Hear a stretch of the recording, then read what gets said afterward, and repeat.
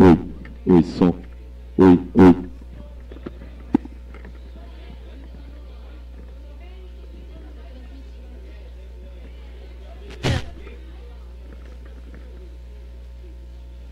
Alô? Oi? Tá ouvindo? Pessoal, tá ouvindo?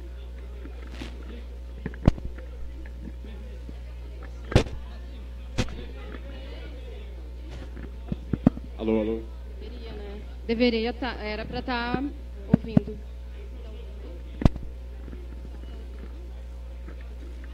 Pessoal, tá ouvindo?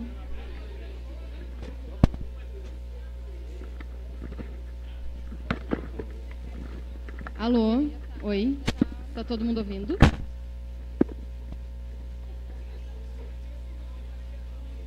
tá ouvindo?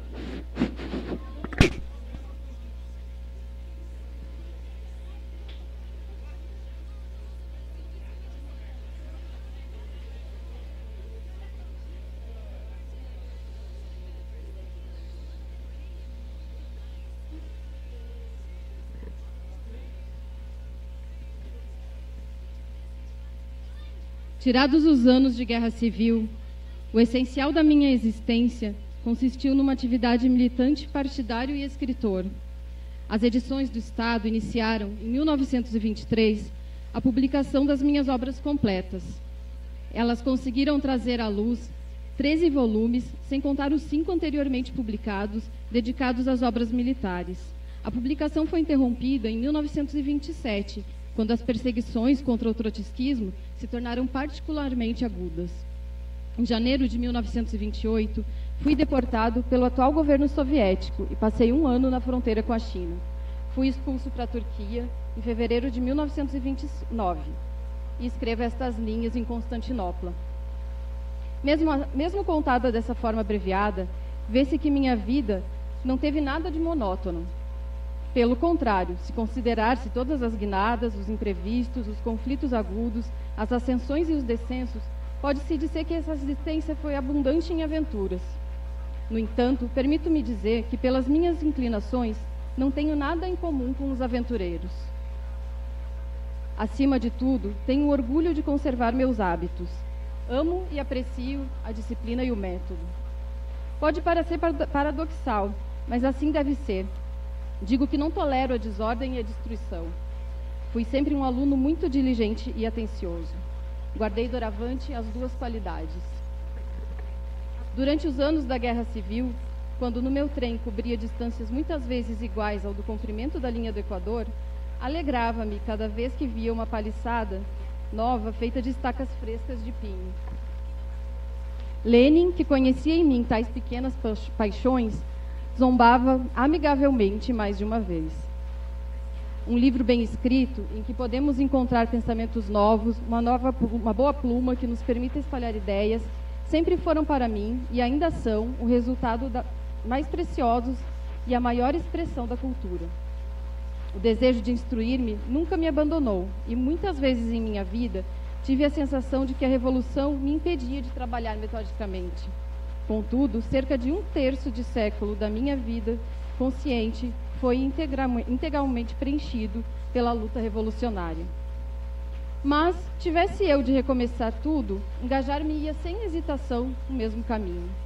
Escrevo na emigração, pela 3ª vez na minha vida, quando os mais próximos dos meus amigos povoam os locais da deportação e detenção da República Soviética, a mesma que ajudaram a construir decisivamente.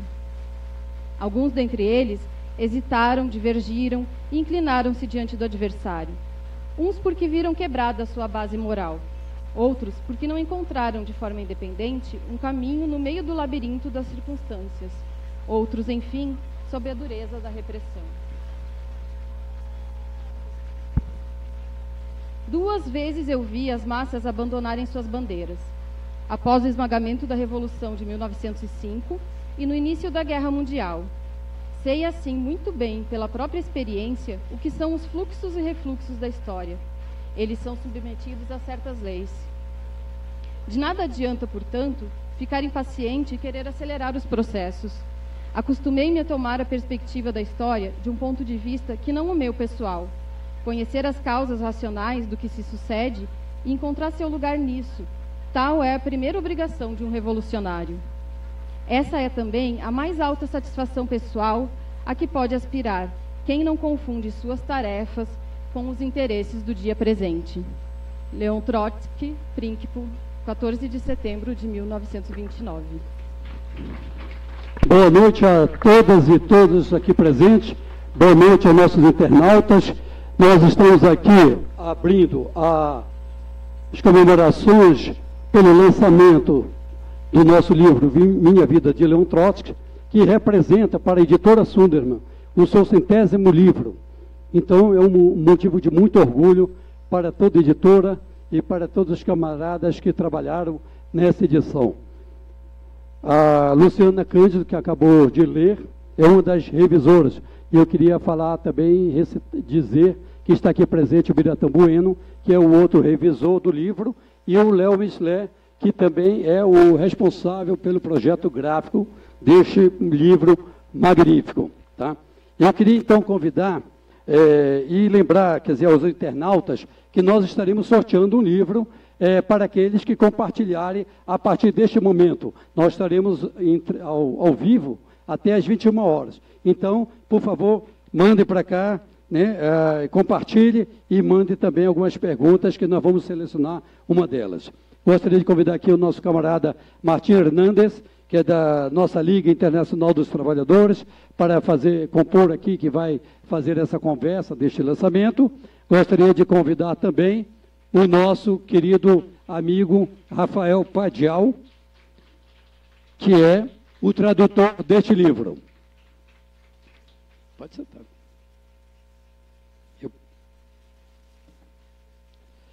Bom, para iniciar, então, essa atividade ao vivo, transmitida a todos, que não se esqueçam, que mandem as perguntas e que façam essa interação, né, com a gente neste momento, nesse 100º livro da editora Sundermann.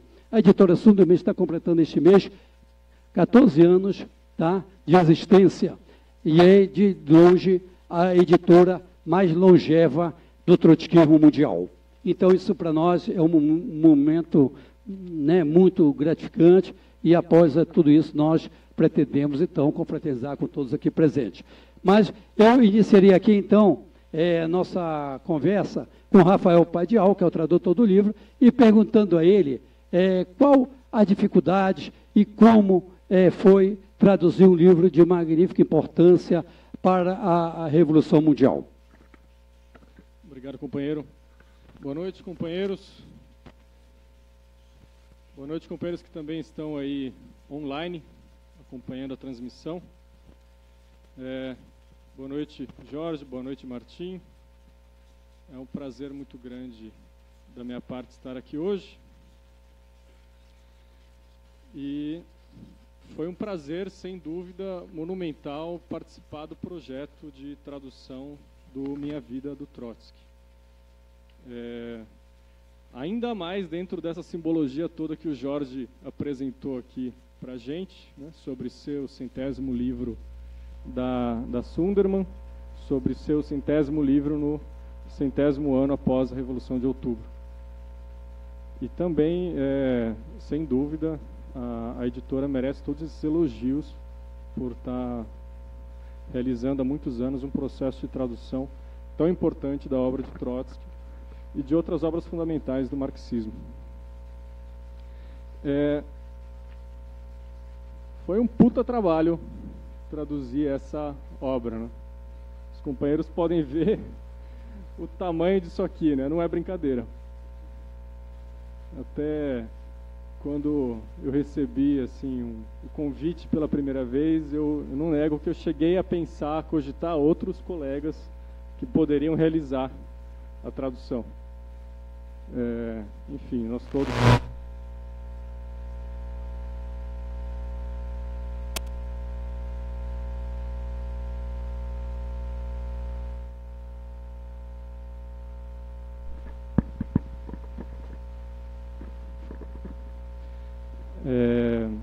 Nós todos estamos sempre tão absorvidos pela correria cotidiana e às vezes a gente tem até medo de absorver, de encarar um trabalho dessa magnitude.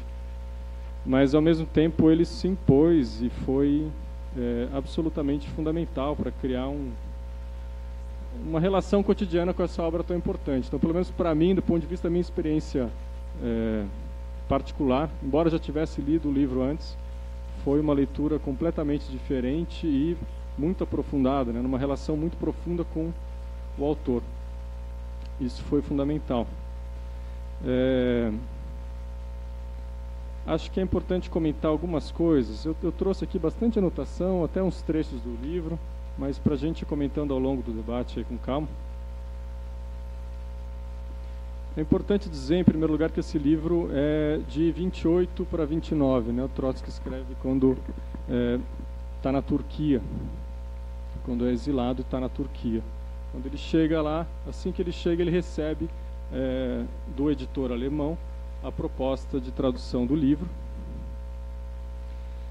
E no primeiro momento ele se sente um pouco vexado sobre escrever a respeito de si próprio, mas vê como uma tarefa fundamental a ser feita. Então, em primeiro lugar, esse livro ele vai sair numa tradução para alemão em 1930 e vai sair também para uma tradução em francês em 1930 também, que é a tradução na qual a gente se baseia, na qual a gente se baseou para fazer essa edição. É a tradução do Maurice Paris-Janine, que é de 1930, ela saiu em 3 tomos, foi revisada pelo próprio Trotsky, e depois, em 1953, saiu a edição da Gallimard, que é a que ficou mais conhecida, que circulou mais, numa escala muito mais ampla, né, com o prefácio do Alfred Rosmer, e que circulou bastante, que teve um impacto bastante grande. Mas tanto a tradução alemã quanto a tradução francesa foram revisados pelo próprio Trotsky. Mas a gente tem hoje no mercado ocidental, né, com exceção do russo, no mercado ocidental a gente tem essas duas matrizes, a matriz alemã e a matriz francesa. A gente se baseou na francesa, claro, em primeiro lugar por conta da proximidade do idioma com o nosso, mas acho que ela tem também uma beleza plástica superior em relação à matriz alemã. A alemã, eu poderia dizer, e até os camaradas que acompanharam a tradução e fizeram a revisão, etc., a alemã é um pouco mais dura. A gente pôde ver na francesa alguns momentos assim, de beleza plástica incrível. Até, se possível, mais adiante eu vou tentar fazer alguns comentários a respeito. Mas a matriz francesa ela tem assim, uma plasticidade, um colorido superior. A gente se baseou fundamentalmente nela, mas em alguns momentos a gente também verificou a edição alemã, mas foram em pontos muito específicos. Acho que é bastante importante comentar que a edição em português anterior está esgotada há mais de 40 anos. É muito difícil de ser encontrada no mercado. Se vocês procuram, até procurei hoje nesses sites de busca, né, de sebo, ela está cerca de R$120 mais ou menos a edição anterior, porque realmente tem pouco e a procura é grande, né? A procura por Trotsky continua bastante grande. Então acho que a iniciativa da Sunderman foi bastante importante no sentido de tornar o acesso realmente mais próximo dessa obra fundamental do Trotsky. A princípio, acho que quanto à tradução, eu gostaria de comentar essas questões. Tenho aqui uma série de anotações que eu gostaria de mais adiante passar alguns trechinhos belos do livro com vocês. Obrigado. Eu queria lembrar, e para chamar o nosso querido Martim Hernandes, que a nossa editora da Pluma, da Lit, né, que é Nahuel Moreno, ele mesmo, à frente da editora, editou esta obra no passado. E hoje, depois de muitos anos, viu, Martim, quero te dizer que a nossa editora no Brasil, a editora Sunderman, né, que faz uma homenagem, para quem não conhece o histórico da nossa editora, está ali no canto José Luiz e Rosa Sunderman, que foram assassinados pelo agronegócio aqui do interior de São Paulo, e até hoje o Brasil nós colocamos o branco do réus na Organização dos Estados Americanos. Então, eu gostaria de ouvir do Martim agora, que é o nosso comandante da LIT, qual a importância desse livro para a atualidade do momento que nós vivemos? Boa noite a todos e a todas, presentes, internautas. Lembrando lo que falou da edición anterior de espanhol, da editora Pluma, eu estava lembrando, quando uno é velho, tem lembrança antiga, né? Então, eu era responsável da editora Pluma durante um tempo na Colômbia, e editamos essa obra que não se voltou a editar depois, tampouco no espanhol. Então, sobre a importância desta obra, que é a pergunta, qual é a importância desta obra? Se você faz uma história da Revolução Russa, objetiva de lo que passou, vai aparecer um personagem central na Revolução Russa, que é o próprio Trotsky. Você não pode fazer uma história da Revolução Russa, dos diferentes momentos da Revolução Russa, desde los primorios, desde el año 1905 hasta el año 1917 y a posteriori con la guerra civil, sin colocar a un personaje central en todos esos episodios que es Trotsky. Entonces, cuando Trotsky faz ese libro, que es A Miña Vida, es decir, la vida de Trotsky, es una historia de la Revolución Rusa. Ahora, ¿cuál es la importancia de mostrar el papel de Trotsky en la Revolución Rusa? Editar este libro y otros trabajos de Trotsky, presencialmente este libro, porque el estalinismo manchó toda esa acción de Trotsky y su participación, la desfiguró completamente. Por ejemplo, Stalin, poco tiempo después de la toma del poder, unos meses, escribió una materia en donde falaba que el personaje central de la Revolución Rusa tinha sido Trotsky. En ese momento, ninguém podía decir algo en contrario. Entonces Stalin escribe una materia falando del papel de él en la toma del poder, después falaba en la guerra civil. Es decir, ninguém podía falar en ese momento otra cosa, y Stalin también faló eso. Algunos años después, Stalin va a hacer una materia diciendo, varias materias, diciendo que Trotsky no jugó ningún papel en la Revolución Rusa, y más, que era un enemigo del partido bolchevique, que siempre fue enemigo de Lenin. Fue avanzando en esas elaboraciones brillantes de Stalin y llegó a decir que en realidad Trotsky era un agente de imperialismo, después que era un agente de un nazismo. Y es importante lembrar que cuando Stalin falaba que Trotsky era un agente del nazismo, o Stalin, no ano 39, estaba haciendo un acuerdo con Hitler para invadir Polonia y para fornecer para Hitler el trigo que precisaban para el esfuerzo de guerra, para el nazismo en la Segunda Guerra Mundial. Y junto con eso hacía ese ataque contra Trotsky, diciendo que Trotsky era un agente del fascismo. Entonces, durante décadas, el estalinismo fez toda esa deformación en relación al papel de Trotsky y lo que fue en sí la revolución. Un dato curioso, para quien visite hoy, porque eso se propagó, esa idea se propagó, es decir, Trotsky fue eliminado, todo eso que aparece en un libro, todo eso fue eliminado de la historia en la Unión Soviética, fue apagado, deformado y apagado. Si vocês visitan ahora en San Petersburgo la sede del partido bolchevique, ha sido transformado por el gobierno en un museo, un importante museo de la revolución.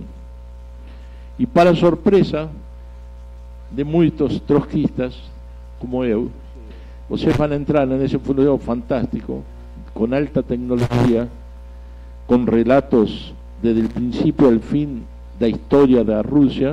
Se van a encontrar en una pared enorme dos retratos inmensos, uno de Lenin y otro de Trotsky al lado.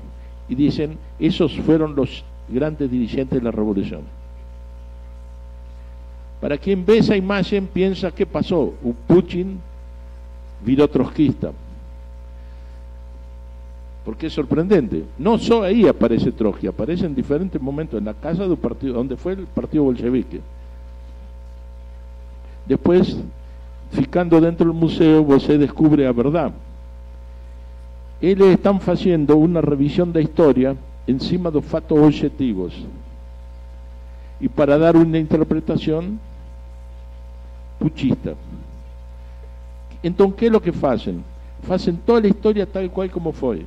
El partido bolchevique, la toma del poder, el papel de Trotsky, el papel de Lenin, todo eso. ¿Pero para qué hacen eso? Para estar en contra de todo lo que hicieron los bolcheviques. Y los dos grandes responsables fueron Lenin y Trotsky de todo eso. Entonces, fíjense, oye, qué curioso. Es decir, para atacar la revolución, dicen, bueno, pero ¿quiénes fueron los dos grandes jefes de todo eso? ¿Quiénes fueron los dos grandes responsables? Lenin y Trotsky. Están voltando a verdades para hacer una interpretación. Por ejemplo, les dicen, por ejemplo, ellos fundaron la Tercera Internacional, y están todos los materiales de la Tercera Internacional. Y dice, ¿para qué fundaron la Tercera Internacional? Eso demuestra que querían expandir el comunismo para todo el mundo.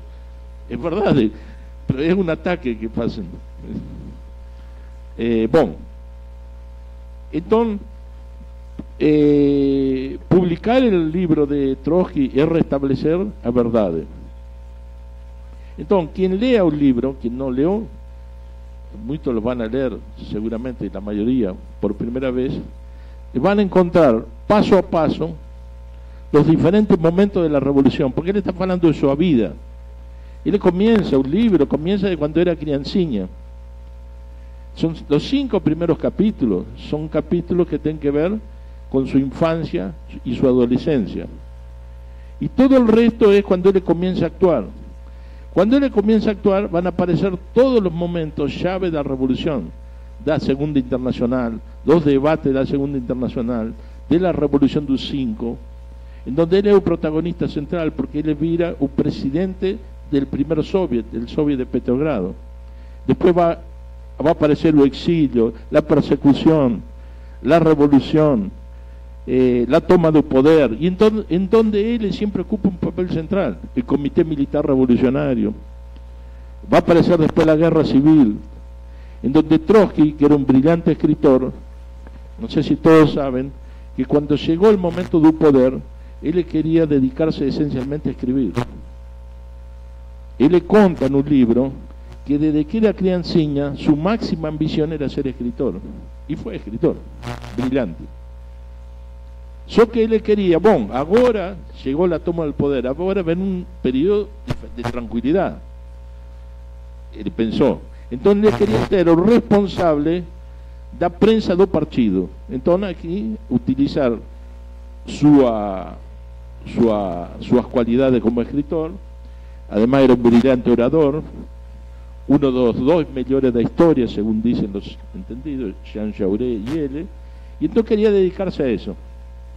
Pero en la historia, ustedes van a ver que no consiguió dedicarse a eso. La propuesta de la dirección bolchevique fue que él asumiese la defensa del Estado en la guerra civil, que formase un ejército. No sé si ustedes saben, Trotsky no tenía nada que ver con problemas militares, tanto no tenía nada que ver que nunca tenía usado un arma en su vida, y de pronto se vio frente al desafío de la revolución de organizar un ejército para enfrentar 14 ejércitos imperialistas, y organizó un ejército de 5 millones de personas y ganó la guerra.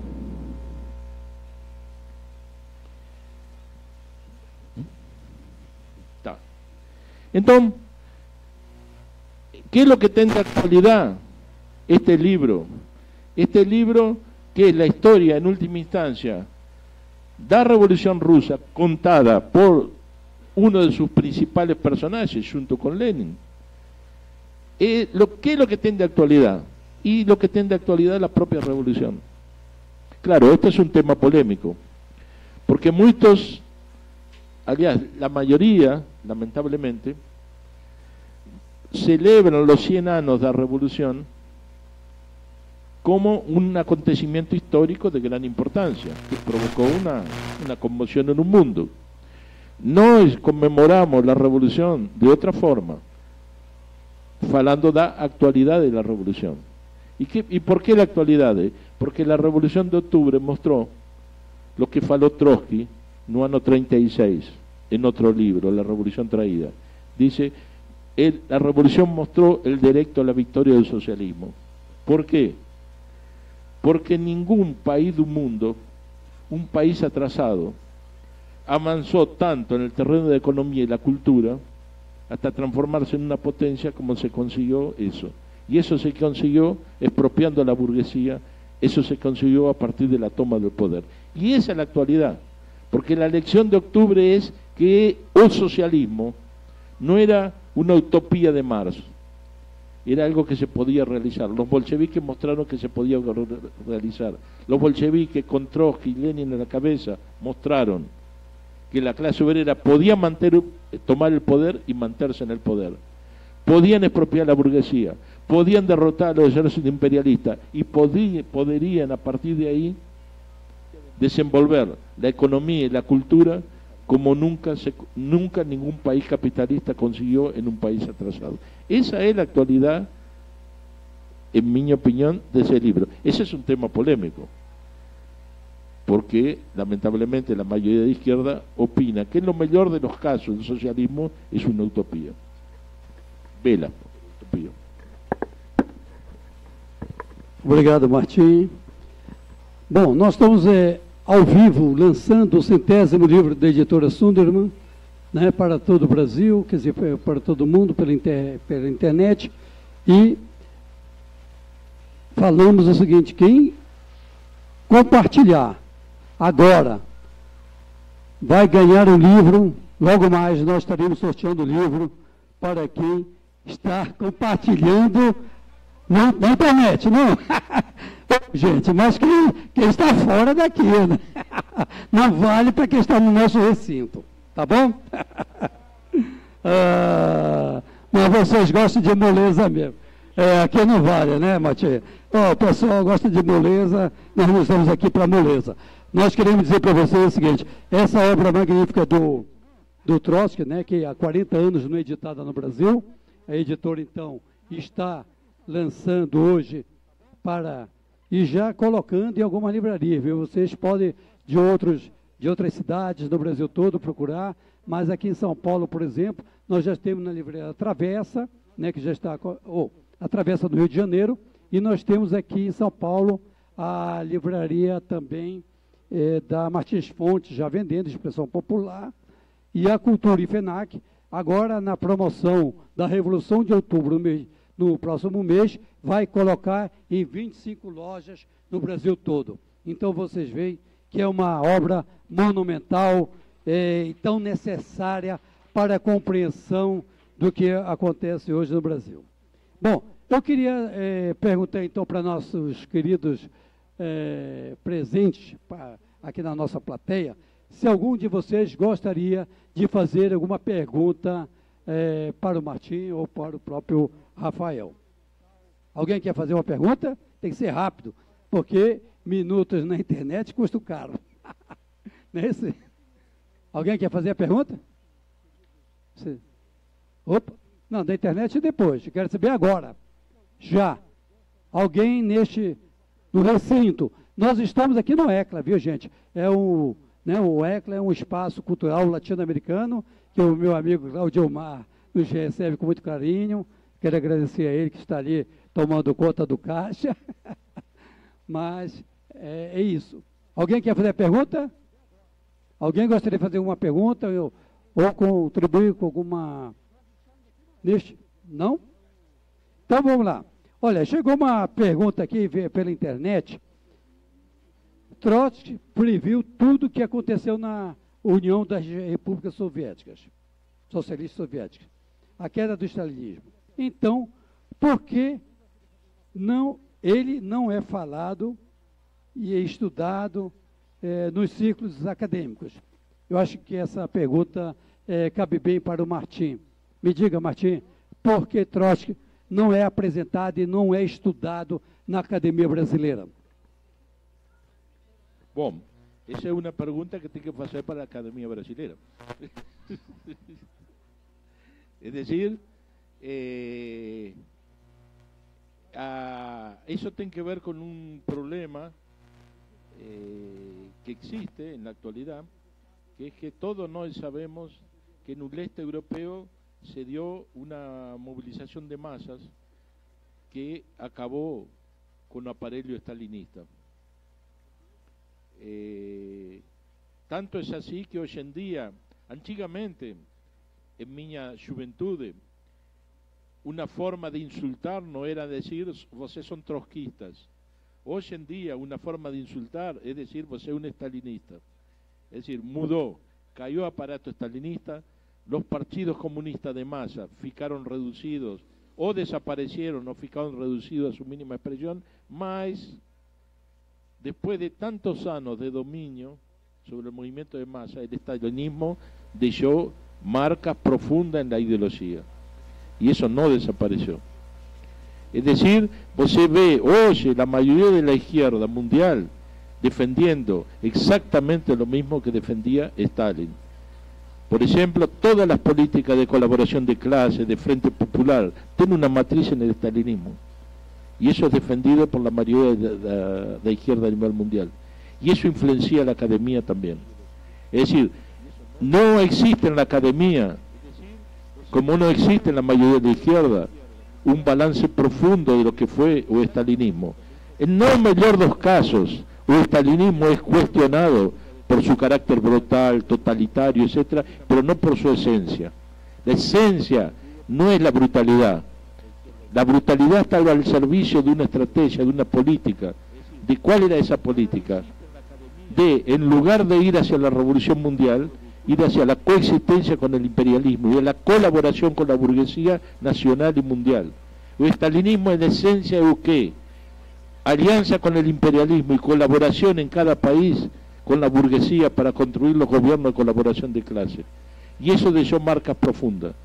Y por eso no hay un balance a fondo de esa experiencia en la academia, y por eso en la academia no se promueve este tipo de libros. Por ejemplo, en la academia es común que se ha transformado en un líder marxista, un bello dirigente marxista, un teórico, es Lukács. Bueno, Lukács fue el que antes del estalinismo defendió el Frente Popular, la colaboración con la burguesía. Lukács contra Trotsky es que defendía el socialismo en un solo país, colaboración con el imperialismo. Y hoy en día es idolatrado en la academia.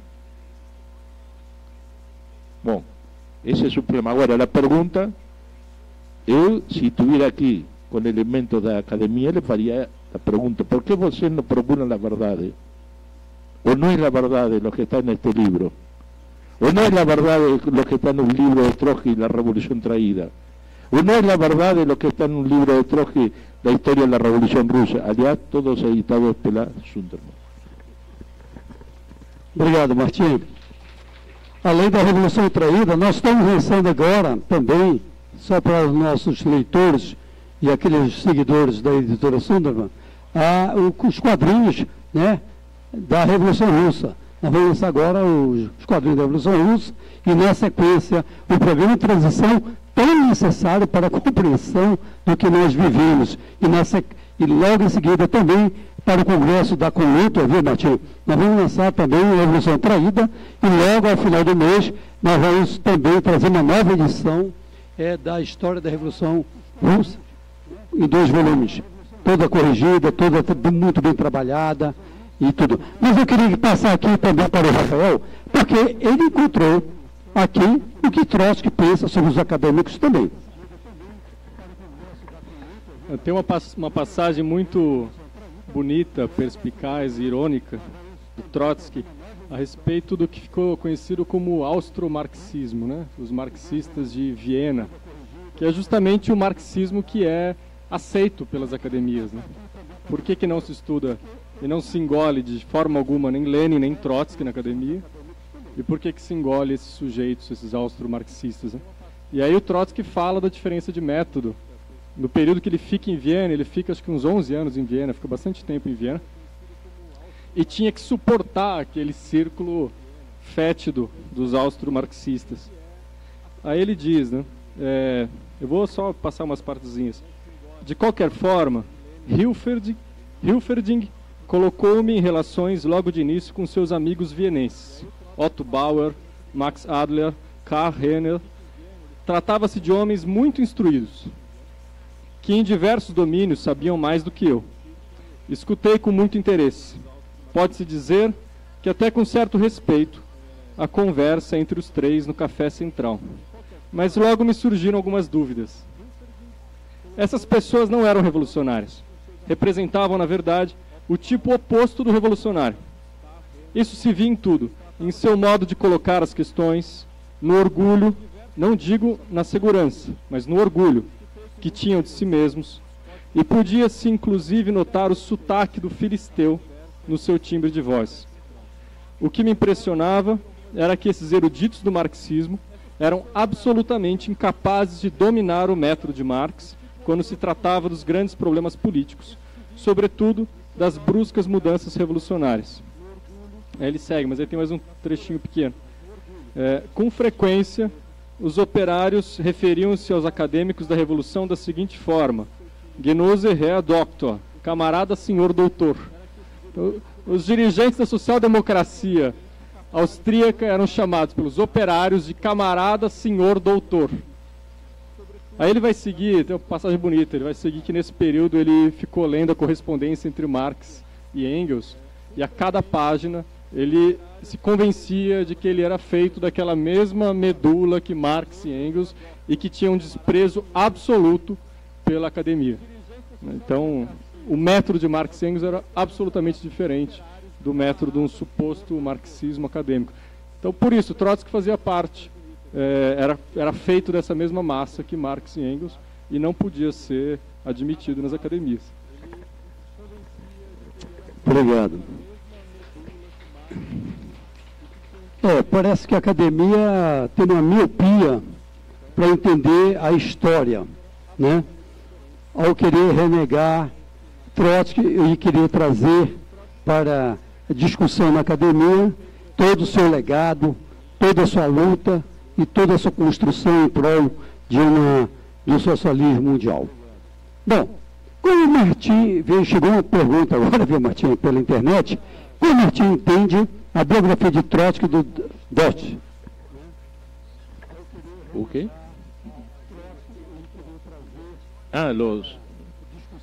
Yo acho una obra brillante de Deutscher. Aliás, recomiendo. No está, fue editado en portugués, no faz mucho tiempo, ¿no? ¿No? Por la Boitempo, no sé. Pero fue editado así.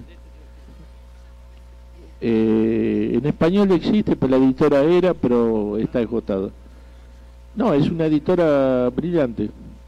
Yo que un Moreno fez una crítica a esa obra y yo comparto. Un Moreno falou, era brillante, son brillantes los tres tomos. El problema es que el título es muy ruin. El profeta. ¿Qué profeta? Dice Moreno. Era un dirigente marxista revolucionario, no un profeta, porque el profeta armado, el proceso desarmado, el proceso... Bueno, pero mi opinión es categóricamente a favor. No no estoy hablando de la actividad política de Deutscher, que es otra cosa, porque él se opuso a la construcción de la cuarta, etcétera, etcétera, pero no estoy hablando de eso, estoy hablando de la obra. Obrigado, Martim. Também chegou uma pergunta agora da internet, perguntando para o Rafael, qual é o estilo literário de Trotsky? Olha, essa pergunta é bastante difícil de ser respondida. Mas eu selecionei alguns trechos, ia tratar mais ao final, acho que dá para tratar mais ao final, que eu acho que tentam vislumbrar um pouco qual é a questão que Trotsky, uma questão mais profunda que Trotsky entende por uma obra de arte. Ele não vê isso como um produto individual, mas ele pensa a revolução como uma obra de arte superior, a mais profícua produtora é o próprio processo revolucionário. Eu acho que, em última instância, ele assume uma certa humildade diante disso, diante da ideia de que quem escreve, quem faz a literatura, quem faz a história é a revolução. E ele, em certo sentido, apenas recebe aquilo, né? Mas, a parte disso, tem, evidentemente, as qualidades particulares dele, como escritor e como orador, que realmente são grandiosas, né? O Bernard Shaw fala que ele era o maior polemista de todos, né? Era o príncipe dos polemistas, e de fato era. Se você pega o último capítulo, que é o Planeta Sem Passaporte, quando ele está numa discussão com os diplomatas de vários países para ver se ele consegue ingressar, né, em alguns países depois de ter sido expulso da União Soviética, é de uma ironia e de uma fineza que destrói os argumentos dos diplomatas, assim, que é assustador. Não resta pedra sobre pedra. A impressão que dá é que Trotsky não coloca palavras, ele dá facadas, assim. Cada frase é uma coisa arrebatadora. Então, acho que a princípio eu gostaria de comentar isso. Mais à frente, se tiver ocasião, eu vou tentar pegar algumas passagenzinhas que acho que trabalham essa concepção do Trotsky como uma grande revolução, uma grande poesia, a revolução. Bom, enquanto a nossa equipe aqui procede aí um sorteio aí para o livro para os nossos internautas, eu queria lembrar que pela firmeza do Trotsky, o Breton, na sua discussão, ficou paralisado, né? Ficou paralisado, teve uma paralisia na discussão, pelo que Trotsky realmente conseguia envolver e capilarizar em cima nas suas discussões, que eram muito profundas, quando ele vai discutir aquele documento da FIARE. Bom, mas de qualquer modo, nós estamos aqui já encaminhando, vamos fazer um sorteio agora, não sei quem vai fazer proceder o sorteio. Diga, Santana, você quer falar? Eu estou abrindo aqui, o microfone é aberto, é democrático. Nós queremos, então, passar aqui, eu vou começar a encaminhar a nossa finalização da nossa atividade do 100º livro. Alguém ainda quer fazer alguma pergunta, gente? Aqui da Soraya Milé, tá? É uma das nossas autoras, com muito orgulho, da doutora Sunderman, vai fazer uma pergunta. Boa noite a todos e todas. Primeiro, cumprimentar a editora Sunderman pela 100ª publicação. Essa obra é muito importante para nós. E eu quero fazer uma pergunta aqui para o Martim. Primeiro, sobre as lições que Trotsky traz para nós aqui na atualidade, e que você aprofundasse um pouco nessa questão da atualidade da Revolução Russa.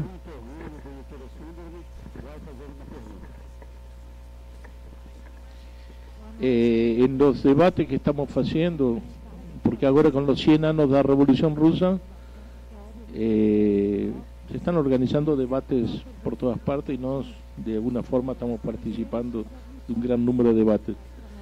Yo insisto en esos debates, que es lo que nos estamos homenajeando, porque hay diferentes tipos de homenajes. Y eso tiene que ver con la actualidad. Lo que no estamos homenajeando, en esencia, es que hubo un partido, el partido bolchevique, con una dirección que se puso a la cabeza de una revolución operaria, y la revolución operaria significó que los de Bayo, los operarios, los explotados, los oprimidos, tomaron el poder. Eso estaba en los libros de Marx, en la teoría. Estaba también en la Comuna de París, como una experiencia, pero una experiencia que se frustró, porque 2 meses después de la toma del poder, la Comuna, fueron masacrados. Entonces, ¿Qué es lo que tiene de actualidad? Que la Revolución de Octubre nos mostró que se puede tomar el poder, que no es una utopía, que se puede vencer a ejércitos poderosos cuando no se chilla un ejército, porque no se chilla un ejército, fue necesario construir en medio de la revolución un ejército para derrotar al imperialismo. Pero más importante que eso, la revolución mostró que expropiando la burguesía, la clase operaria y los sectores oprimidos podían hacer lo que ningún sector burgués fue capaz de hacer y no fue capaz de hacer ahora. Entonces esa es la verdadera elección. Eso que aconteció lá se dio en determinada situación objetiva, de exploración, de miseria, etc. Bueno, las condiciones objetivas de hoy son más favorables para una revolución de ese tipo que la de 1917. Lo que se trata es de superar la contradicción que tenemos, que es la que señaló Trotsky hace tiempo y señalamos Mose, la crisis de la dirección revolucionaria. Construir la dirección revolucionaria que sea capaz de hacer eso. Pero la historia mostró que se puede hacer. Entonces no hay utopía. La única utopía es pensar que el capitalismo, como piensan los reformistas, que con reforma del capitalismo se puede acabar con la exploración, con la opresión, con la fome, con la guerra. Eso es la utopía. La Revolución Rusa demostró que se puede acabar con todo eso. Se puede acabar con el desempleo, se puede acabar con la miseria, se puede desenvolver la economía en forma ilimitada. Si la clase operaria toma el poder, inicia el proceso de la Revolución Mundial que fue interrumpido por el estalinismo. Esa es la lección para hoy. Obrigado, Martim. Bom, queremos anunciar aqui ao vivo, então, que a Ana Carolina Nicolai acabou de ser sorteada com o livro do Minha Vida. Eu imagino que ela não esteja presente, né? Mas se estiver, nós entregamos já. Se não, que nos mande o endereço pelo Facebook, que nós enviaremos pelos correios. De qualquer modo, então, eu vou encaminhar agora. Nós já estamos se aproximando do final da transmissão do 100º livro da editora Sunderman, Minha Vida, de Leon Trotsky, um livro não editado no Brasil há 40 anos. Então vou pedir para o Rafael Padial.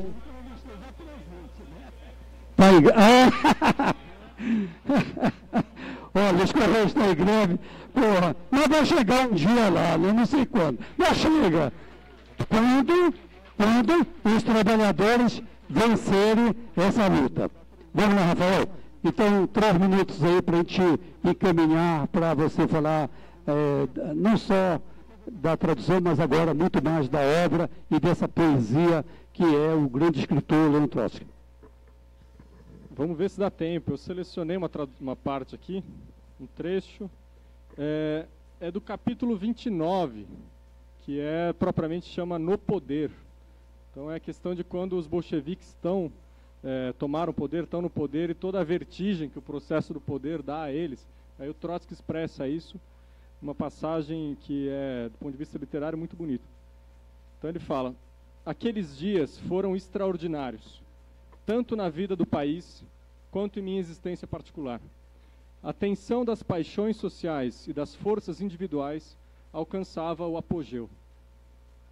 As massas criavam uma época, e os dirigentes sentiam que seus passos caminhavam em uníssono com os passos da história. Naqueles dias eram tomadas decisões e ditadas ordens das quais dependia o destino de um povo para toda uma época histórica. E, no entanto, essas decisões eram pouco discutidas. Não me atrevo a dizer, porque não é verdade, que as refletíssemos e meditássemos devidamente antes de adotá-las. Improvisava-se, mas não por isso dava errado. A torrente dos acontecimentos tinha tamanha força e o que devia ser feito estava tão claro que até decisões de maior responsabilidade eram tomadas de supetão em meio à marcha dos acontecimentos como algo evidente, com a mesma evidência com que eram aceitas e cumpridas. O caminho estava traçado de antemão. Era necessário apenas chamar cada tarefa por seu nome. Não era necessário demonstrar nada, nem lançar convocatórias.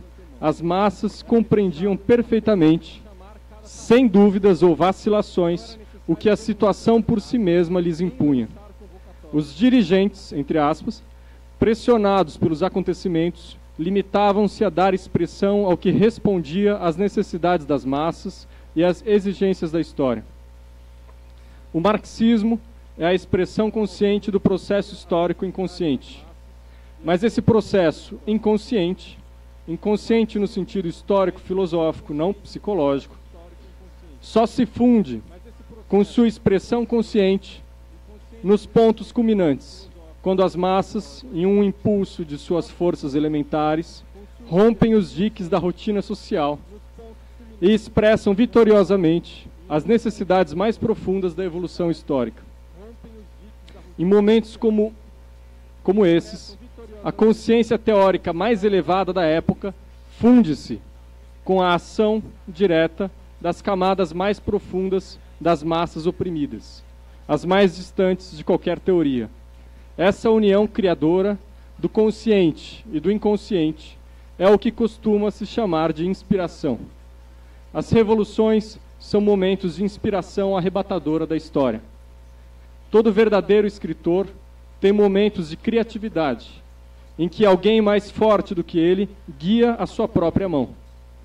Todo verdadeiro orador tem momentos em que por sua boca fala algo mais poderoso do que o que brota dela em suas horas normais. É a inspiração, produto da mais alta tensão criadora de todas as forças. O inconsciente surge das ondas profundas em que vive e subordina seu trabalho consciente do pensamento. Combina-se com ele em uma unidade superior. Num determinado momento, estou acabando, hein? Num determinado momento, todas as forças do espírito, postas em suprema tensão, apoderam-se da atividade individual, fundida com o movimento das massas. Tais foram os dias que viveram os dirigentes nas jornadas de outubro. As forças mais recônditas do organismo, seus instintos mais profundos, até esse fino sentido do olfato, herança de nossos antepassados, animais, ergueram-se, fizeram saltar os diques da rotina psicológica e colocaram-se a serviço da revolução. Esses dois processos, o individual e o coletivo, repousavam na combinação do consciente com o inconsciente, do instinto, que é o motor da vontade, com as mais altas generalizações do espírito. A fachada externa não tinha nada de patética. As pessoas iam e vinham fatigadas, famintas, sem tomar banho, com os olhos inchados e as caras barbadas. E, depois de algum tempo, pergunte a qualquer um desses homens e será muito pouco o que poderá contar das horas e dos dias críticos. Enfim, é muito melhor deixar o Trotsky falar. É muito melhor deixar o Trotsky falar do que eu mesmo falar. Agora, acho que é muito interessante porque aqui está realmente o que o Trotsky compreende por literatura, né? E tem realmente essa ideia de uma unidade superior. Aqueles que participaram do processo não conseguem contar. Ele fala isso também na história da Revolução Russa.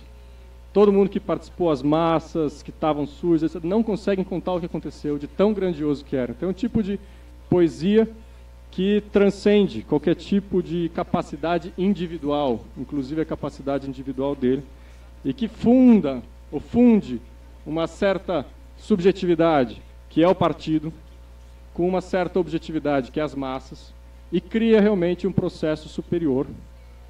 E o Trotsky, junto com outros dirigentes bolcheviques, teve esse momento único de vida de conseguir viver o que era a plenitude do poder. Então, eu fico por aí. O Trotsky era um gênio da literatura, nesse sentido superior, como dirigente bolchevique. Obrigado, Rafael. E aí, lembrando então um outro título do Trotsky, né, que nós precisamos então lançar em breve, Literatura e Revolução também, porque nós caminhamos a humanidade, ou aqui no Brasil, o Brasil precisa de uma revolução, não é isso, Martim? Vamos lá encerrando essa conversa. Sim. Revoluções tem muitas. Pero agora eu ia falar, não ia falar da revolução, ia falar da literatura. eu queria contar uma experiência minha, como eu tomei contato com a obra de Trotsky, como descobri que Trotsky... Eu morava na Argentina, tinha 15, 16 anos, e nunca tinha escutado falar de Trotsky, porque entre o peronismo de um lado e o stalinismo do outro não tinha muito espaço para a elaboração de Trotsky. Então, como descobri que Trotsky existia? Eu tinha 15, 16 anos y estaba viendo un programa de cultura en la televisión y era después del triunfo de la dictadura militar. Tinha dado un golpe militar, un general Onganía, ultra reaccionario, etc. Y entonces era un programa en la televisión estatal, entonces de la dictadura. Y entonces entrevistaban a un escritor, ahora esqueci un nombre, un escritor bastante conocido, da provincia de Mendoza, que era un cara que, y por eso lo entrevistaban, porque era un cara que apoyaba a la iglesia más reaccionaria, que apoyaba a su vez golpe, y en un momento un entrevistador le pregunta a este escritor, bien, era un buen escritor, pero un cara bien de derecha, ¿no? Es un buen escritor, vive hasta ahora. Le preguntan si él tiene alguna referencia desde el punto de vista de literatura, de un autor, de que sea su referencia como máxima expresión de literatura. Y él le dice, sí, yo tengo. Y dice, es León Trotsky, en el medio del programa de la televisión. Y dice, yo no tengo ningún acuerdo político, estoy hablando de literatura. Es el máximo escritor del século XX. Y él comenzó, y entonces, y él escuchando, ¿no? León Trotsky, nunca tinha falado la palabra, el nombre de León Trotsky. Y él comienza a hablar de la historia de la Revolución Rusa, de Trotsky. Y él comienza a hablar de capítulos de la historia de la Revolución Rusa. Y un entrevistador quería desconversar, ir para otra cosa, porque el programa ultra reaccionario estaba hablando de la Revolución Rusa, y un cara estaba entusiasmado. Es decir, era un intelectual de derecha, pero un intelectual honesto, porque reconoció el valor. Bueno, así que yo fiquei curioso, ¿cómo podía ser que un cara de derecha reivindicase a un revolucionario, comunista, etcétera, como un gran literato? A posteriori, ya 2 o 3 años después, conocí las obras, la historia de la Revolución Rusa, y yo llegué a la conclusión que ese escritor de derecha estaba cierto. Es decir, Trotsky es uno de los grandes literatos de un século XX, en términos de literatura, que es algo que él se refería.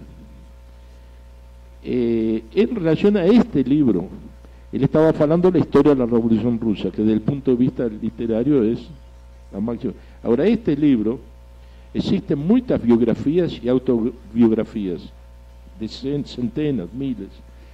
Lo que yo conozco, no hay nada superior a esto, desde el punto de vista literario.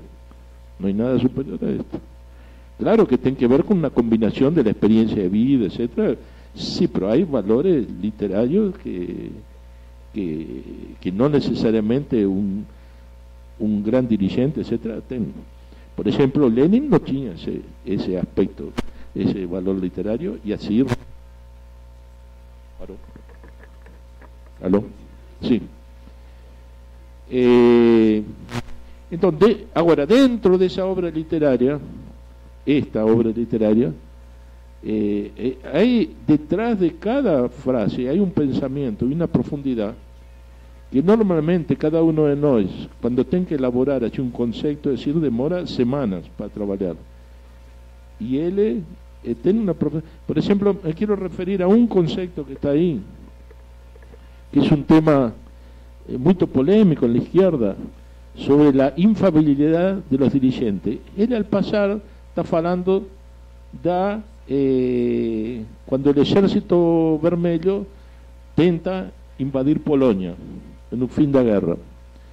Y Trotsky está contra de esa política, y era el jefe del ejército vermelho, pero pierde, porque Lenin está a favor. Lenin impulsiona con toda esa política y él es derrotado, Trotsky, y se faz, y terminó en un desastre, un error completo, etc. Entonces, ¿qué reflexión faz o Trotsky sobre Lenin? Ele dice o seguinte: Lenin é um gênio. E dice mais, eu fui o primeiro em dizer isso dentro do Partido Bolchevique, porque ninguém tinha falado que Lenin era um gênio. Trotsky opina que ele é um gênio. Não é muito inteligente, muito capaz, é mais que isso, é um gênio. Sí, pero dice, pero los genios erran. Y cuando son genios, y cuando son grandes dirigentes, erran mucho, no poco, mucho. Y fue un error grave. Y eso es un concepto muy importante, porque ese criterio de infabilidad de los dirigentes, y él le dice ahí, es do estalinismo. Aquello que nos pegamos una cita, y con una cita, como faló Lenin, o como faló Trotsky, o faló Moreno, entonces queremos terminar la discusión, porque si faló un genio, es eso, es a Biblia, ¿no? Eso muchas veces acontece. Bueno, Trotsky es categórico. Lenin erraba, dice. Lenin era un genio, erraba, pero no erraba poco, porque era un genio, era un gran dirigente. Entonces cuando erra, erra mucho. Y esa es la experiencia que nos tenemos. Y ese tipo de reflexión sobre diferentes momentos de la revolución está permanentemente aprendiendo.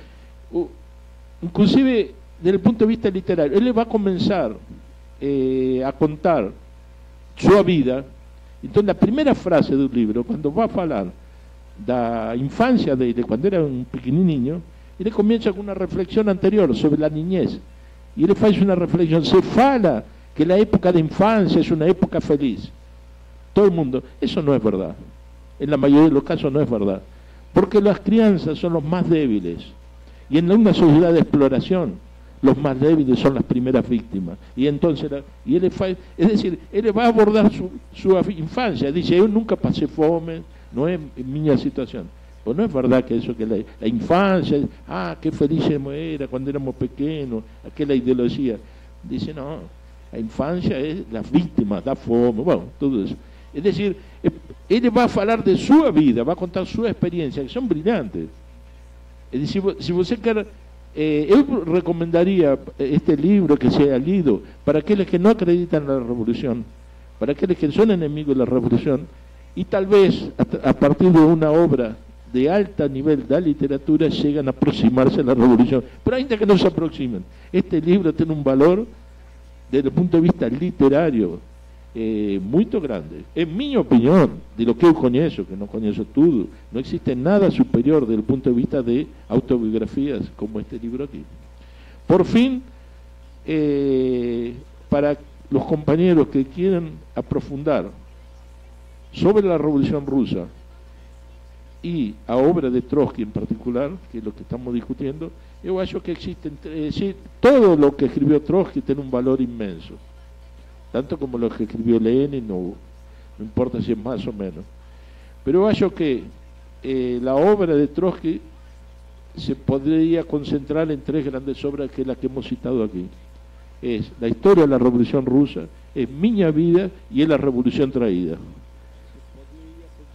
que es el ensayo para mí más brillante que existe sobre todo lo que se ha feito en relación a la URSS, a la burocracia, todo lo que se ha feito antes, durante y a posteriores, no existe nada superior a la Revolución Traída. Entonces esos tres trabajos, estoy haciendo propaganda para la Sunderman, después me va a pasar una comisión, porque esos tres trabajos, con mucho criterio y buen criterio político, están publicados por la editora Sunderman.